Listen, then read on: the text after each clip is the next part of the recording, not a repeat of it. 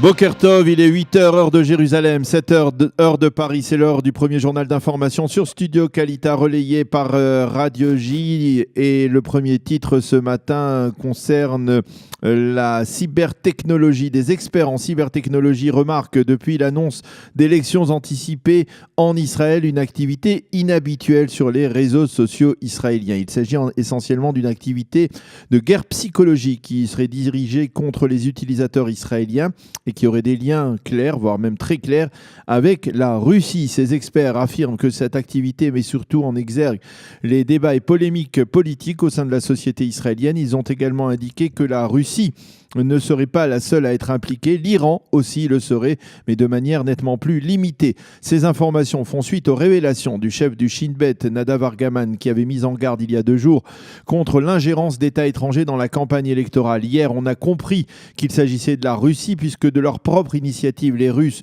ont démenti toute ingérence dans la campagne électorale actuelle en Israël. Au Kremlin, on a affirmé que l'on ne savait pas pourquoi le nom de la Russie était lié à cette implication.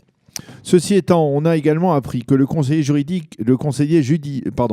à la sécurité nationale, John Bolton, qui était en Israël au début de la semaine, a évoqué lors de sa rencontre avec Binyamin Netanyahou dimanche l'inquiétude des Américains face à l'utilisation en Israël de matériel de télécommunication chinois. Nous sommes préoccupés, aurait dit John Bolton, par le fait que les grands consortiums de communication chinois fournissent des informations qu'ils recueillent donc dans certains portables, par exemple, au gouvernement chinois, et c'est ce qu'a déclaré également un haut fonctionnaire de l'administration Trump. Les Américains sont également préoccupés par la construction par des ingénieurs chinois d'un port privé dans la baie de Haïfa, et ce en particulier parce que des bateaux de la marine américaine ont l'habitude de faire escale dans ce port de Haïfa et que certaines technologies pourraient tomber entre les mains des Chinois.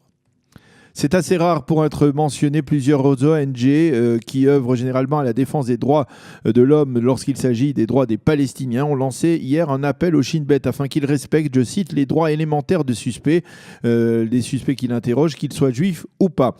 Cette démarche intervient après de nombreuses critiques faites contre le département juif du Shin Bet et contre sa manière d'interroger de jeunes suspects comme ceux qui sont soupçonnés d'avoir jeté des pierres contre le véhicule d'une Palestinienne qui a entraîné la mort de cette Palestinienne. Ces ONG ont souligné que plus d'une fois, ils avaient recueilli des témoignages sur des tortures qui auraient été effectuées par des agents du Shin Bet et dirigées contre des suspects arabes ou juifs, et que selon eux, il est illégal de continuer à agir de la sorte. Le Parlement anglais a voté hier en première lecture une loi visant à réduire considérablement l'aide économique que l'Angleterre fournissait jusqu'à présent à l'autorité palestinienne. Motif, l'autorité palestinienne incite à la haine contre Israël. En tout cas, c'est le motif invoqué par la députée pro-israélienne qui a initié ce projet de loi. Un projet de loi qui pourrait priver les Palestiniens, l'autorité palestinienne, de quelques dizaines de millions de pounds. Le Parti travailliste réunit aujourd'hui sa convention dans une atmosphère de crise aiguë. La rupture brutale avec Tzipi Livni n'a pas apporté les résultats escomptés. Dans les sondages, le parti n'est crédité que de 8 à 9 mandats et de plus en plus de voix se font entendre contre Avi Gabay, le président du parti, qui ne parvient pas à imposer son leadership.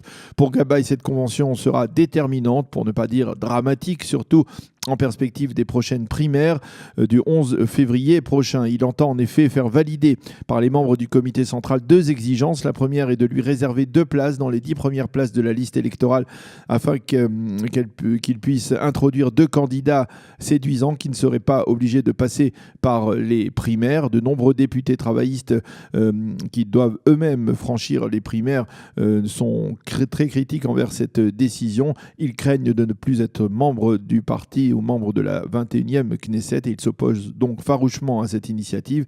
Ils mentionnent même le Likoud et Binyamin Netanyahou qui a dû se contenter d'un seul candidat venant de l'extérieur dans une liste électorale du Likoud qui pourtant est crédité, vous le savez, dans les sondages d'une trentaine de mandats.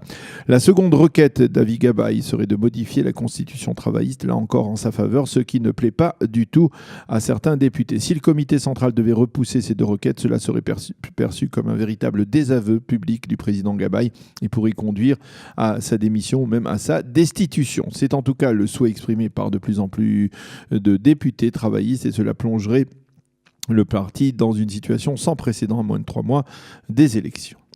La météo pour terminer, la tempête d'averses, de vent et même de neige qui s'est abattue sur Israël au cours des derniers jours est terminée. Le temps devrait se stabiliser durant le week-end en Israël et après cette perturbation impressionnante puisqu'elle a permis, il faut le savoir, de rehausser le niveau du lac de Tibériade de 20 cm en quelques jours, ce qui est tout à fait hors du commun et qui a mis du baume au cœur de ceux qui aspirent à la pluie dans les régions du nord en particulier.